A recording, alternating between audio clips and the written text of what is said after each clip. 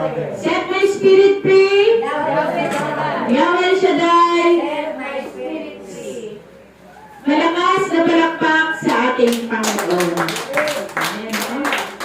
So, ang aking pong ipapanayam ngayon ay ang basic Mariology. Ito po yung maikling pag-aaral tungkol kay Maria na ina ng ating Panginoong Hesus Kristo. So mga kapatid, kilala niyo ba si Maria na ina ng ating Panginoon? Amen. Amen. Sino po ba si Maria? Siya po ang ina ng ating Panginoong Hesus Kristo. Amen. No? So, si Maria ay ina ni Jesus. Sapagkat ayon po sa banal na kasulatan, ito po yung kapahayagan na matatagpuan sa Ebanghelyo ng Lucas na ang ating Amang Yahweh ay nagsugo ng isang anghel upang kausapin ng isang dalaga na ang pangalan ay Maria. Si Maria ay nakatakdang ikasal kay Jose. Ngunit lumapit ang anghel sa kanya. Ang sabi ng anghel sa kanya, "Magalak ka, Maria," sabi niya, "sapagkat ikaw ay kinalulugdan ng Diyos, kaya sumasa iyo ang Panginoon." Malakas sa palakpak sa ating Panginoon. Kaya nagulat si Maria doon sa sinabi ng ating anghel, no? Sinabi ng anghel na sabi niya, nagulat si Maria sapagkat doon sa pagbati ng anghel ay nagulat siya. Amen? Kung anong kahulugan ng pagbati ng anghel sa kanya, no? Kaya sinabi sa kanya ni Maria, no? Na huwag kang matakot, Maria, sabi niya, sapagkat ikaw ay kalugod-lugod sa Diyos. Amen? Sabi niya, makinig ka, sabi ng anghel kay Maria, sabi niya, ikaw ay maglilihi. Amen? So, syempre, kapag ikaw ay sinabi na maglilihi, ang sabi ni Maria, nagulat siya. Amen? Kasi nga, sinabi ng anghel sa kanya na siya ay maglilihi. Amen? Eh, si Maria ay nakatakda pa lang ikasal kay Jose. Amen? Siya po ay virgin pa. Amen? Ngunit sinabi ng anghel sa kanya na siya ay maglilihi. Amen? Kaya siya ay naguluhan, no? Inisip niyang mabuti kung ano ang ibig sabihin ng pagbati ng anghel sa kanya. Amen? Kaya nagulat siya. Ang sabi ng anghel sa kanya, huwag kang matakot, Maria, sapagkat ikaw ay maglilihi. Amen? Kasi nga, walang imposible sa Diyos. Amen? So, lahat ng bagay ay posible sa Diyos. Amen? Kasi ang hindi kayang gawin ng tao ay kayang-kayang gawin ng Diyos. Amen? Malakas sa palakpak sa ating Panginoon. Kagaya po natin, mga kapatid, no? Kapag sinabihan tayo na tayo ay maglilihi, siyempre, magugulat tayo, no? Kasi nga, paano tayo maglilihi? Menopause na tayo. Amen? Pero, tandaan natin, walang imposible sa Diyos. Amen? Mapangyayari niya ang lahat. Amen? Ang hindi natin kaya ay kayang-kayang gawin ng Diyos. Amen? So, malakas sa palakpak sa ating Panginoon. Kaya, ang sabi ng anghel sa kanya, sumagot ang anghel kay Maria, ang sabi niya, sapagkat bababa sa iyo ang Espiritu Santo at mapapasailalim ka sa kapangyarihan ng kataas-taasang Diyos. Amen? Kaya ikaw ay maglilihi, sabi ng anghel kay Maria. Ikaw ay maglilihi at manganganak ng isang sanggol na lalaki at tatawagin mo siyang Jesus. Amen? Kaya si Maria. At dahil dito, ang sabi ng anghel, ang isisilang mo ay isang banal at tatawagin anak ng Diyos. Amen? Malakas sa palakpak sa ating Panginoon. Kaya ang sagot ni Maria, mga kapatid, no? Ang sagot ni Maria doon sa anghel, ako'y alipin ng Panginoon. Mangyari nawa ang iyong sinabi. At yun, umalis na ang anghel nung nasabi ng ating mahal na ina. Amen? Malakas sa palakpak sa ating Panginoon. So God is good. All the time. All the time. God is good. Malakas sa palakpak sa ating Panginoon. Amen. So, kailan naman ipinanganak ang ating mahal na Birheng Maria? Kailan po ipinanganak? Sino po nakakaalam? Ha? Yan, no? Ipinanganak ang ating mahal na Birheng Maria, no? September 8, no? Yung September 8 ay ipinagdiriwang ng simbahan. Yung kapanganakan ng ating mahal na Inang Birheng Maria tuwing September 8. Naalala niyo po ba, di ba? Pinagdiriwang sa simbahan.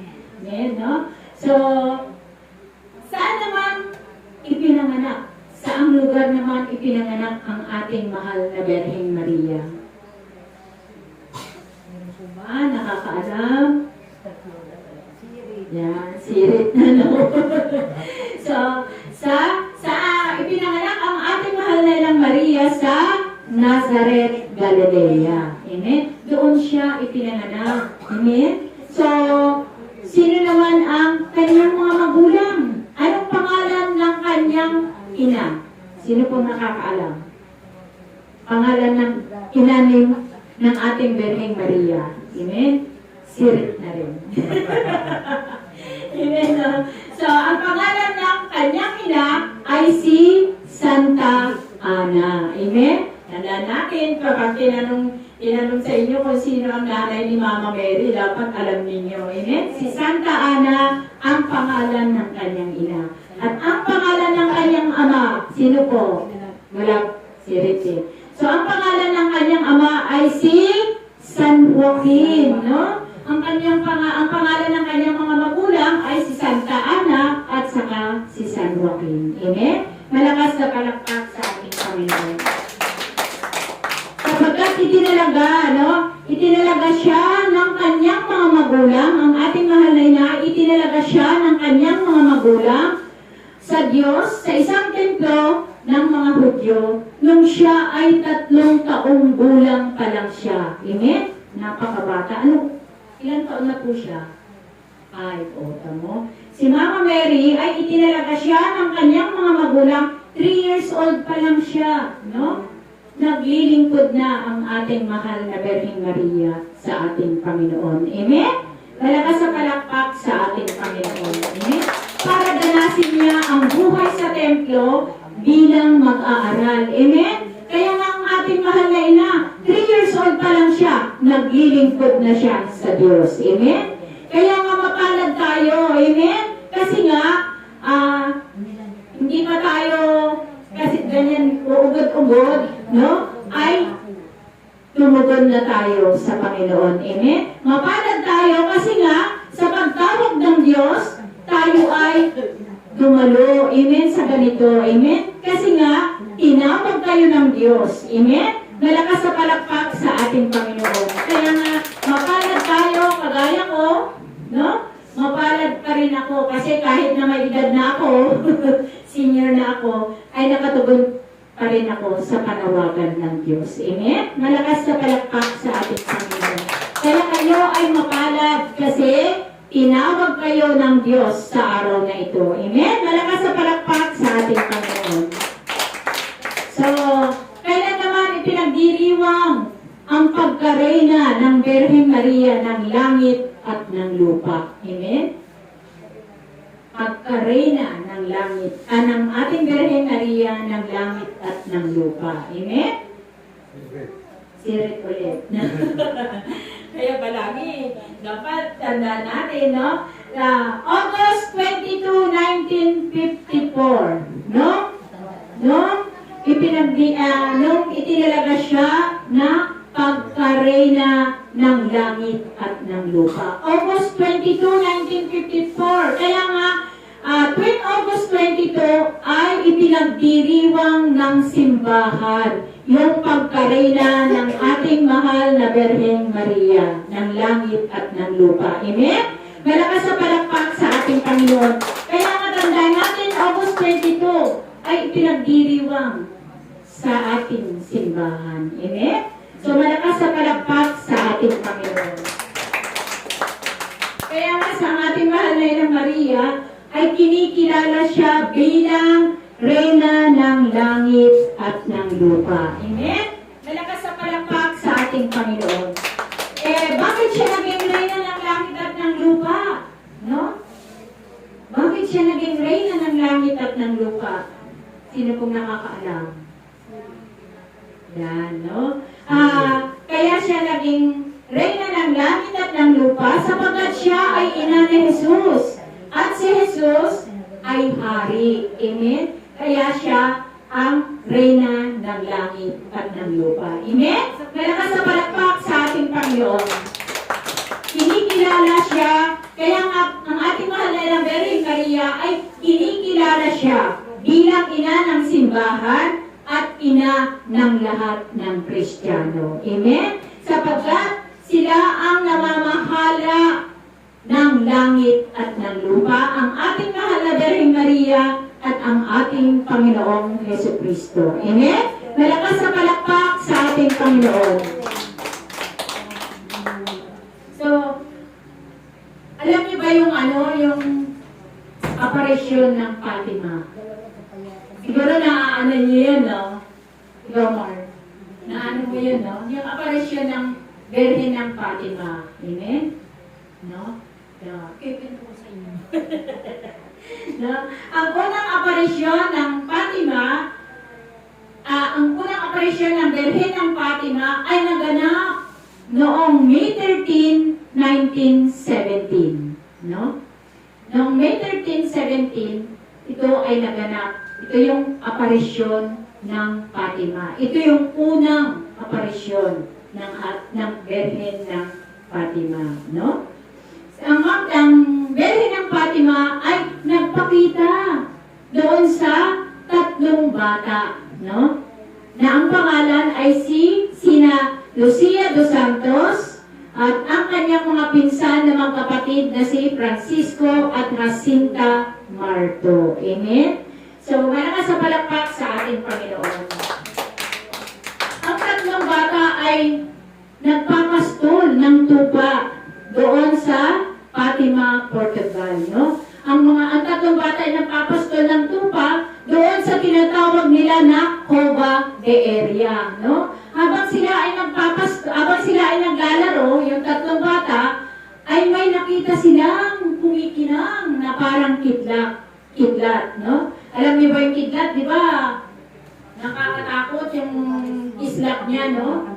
Parang, May nakita sila na kumikinang na parang kidlat. At nakita nila doon sa ang ating mahal na Birhen ng Fatima, doon sa maliit na puno. Yun ay tinatawag na oak tree, no? Doon sa ibabaw ng maliit na puno, ay nakita nila ang ating Birhen ng Fatima, no?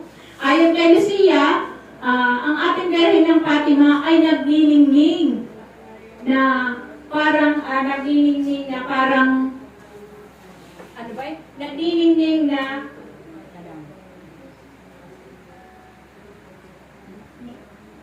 God is good. All the time. All the time. The will of the Father. Yes, I will.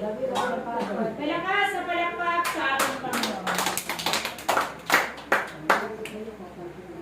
Siya ay nagniningning na parang araw. Yung alam niyo ba yung araw, di ba, napakaliwanag nung araw. Hindi pag tinignan mo nga, hindi mo di ba? Yan. Hindi mo matitigan. Yun yung nagniningning na parang araw, no? At nakita niya, ang Birhen ng Fatima, nakita ng 3 bata na siya ay puting-puti ang kanyang damit, no? Mahabang kanyang belo, tapos may nakasukbit na rosaryo doon sa kanyang kanang kamay at nakadaupang palad, nakaganyan ang ating Birhen Fatima, doon sa ibabaw na maliit na puno. Amen? At nakita nila doon na ang ating mahal na Birhen ng Fatima ay napakaganda. Amen? At doon, nung nagpakita ang mahal na Birhen ng Fatima, ay 6 na buwan siyang nagpapakita doon sa Birhen ng Fatima. Tuwing ika-13 ng kada buwan, ay nagpapakita doon sa 3 bata. Ngunit nung ika-6 na buwan, ay nagpakita ulit noong October 13. No? October 13 ay nagpakita ulit ang Birhen ng Fatima. No? At ang nagpakilala doon sa pagpapakita niya na last na yun, ay doon lang siya nagpakilala. Amen? Doon siya nagpakilala sa mga bata na siya ang Birheng Maria ng Santo Rosario. No? Ang sabi niya, ako ang Holy Rosary. Sabi niya. Kasi doon sa Fatima, Portugal, ay may digmaan na nagaganap doon. Kaya nga, si Mama Mayat, ang ating Birhen ng Fatima, ay nagpakita doon sa tatlong bata. No? Ang sabi ng mahal na Birhen ng Fatima, doon sa tatlo, na sila ay magrosaryo araw-araw. Amen? Araw-araw. Na ang sinabi niya na magro-rosaryo yung tatlong bata para sa kapayapaan ng mundo at para matapos na yung unang digmaan na naganap doon sa kanilang lugar. Amen? Malakas na palakpak sa ating Panginoon. Kaya mga kapatid, tuwing October 13, naalala niyo rin, October 13 ay ipinagdiriwang din ng ating simbahan yung Birhen ng Fatima. Tuwing October 13, ipinagdiriwang ng ating simbahan. Amen? Kasi nga, ito po ay aprobado ng mga obispo noong 1913, inaprobahan ng obispo, no? At kinikilala ng buong simbahan, no? Na ito ay tunay at authentic na tunay na aparisyon, no? Kinikilala ito ng aparisyon ng Fatima na ito ay tunay na aparisyon. Amen? Malakas sa palakpak sa ating Panginoon. God is good. All the time. All the time. God is good. The will of the Father. Yes, I will. Yes, I will. Well, Malakas sa palakpak sa ating Panginoon. Sino po ba dito, mga kapatid, yung nagro-rosary? Yan. Sino pa po? Yan. Nagro-rosary, no? Alam niyo ba, mga kapatid, no? Meron po kasing 15 pangako, no? Na makakamtan mo yung Santo Rosario. Amen? Kaya kapag ikaw ay nagdasal ng Santo Rosario, ay may 15 pangako pala yung Santo Rosario. Amen? Malakas sa palakpak sa ating Panginoon, no? At ito yung makakamtan natin, no? Mga kapatid, ito yung makakamtan natin, no? Kapag ikaw ay nagdasal ng Santo Rosario, ito yung 15 pangako.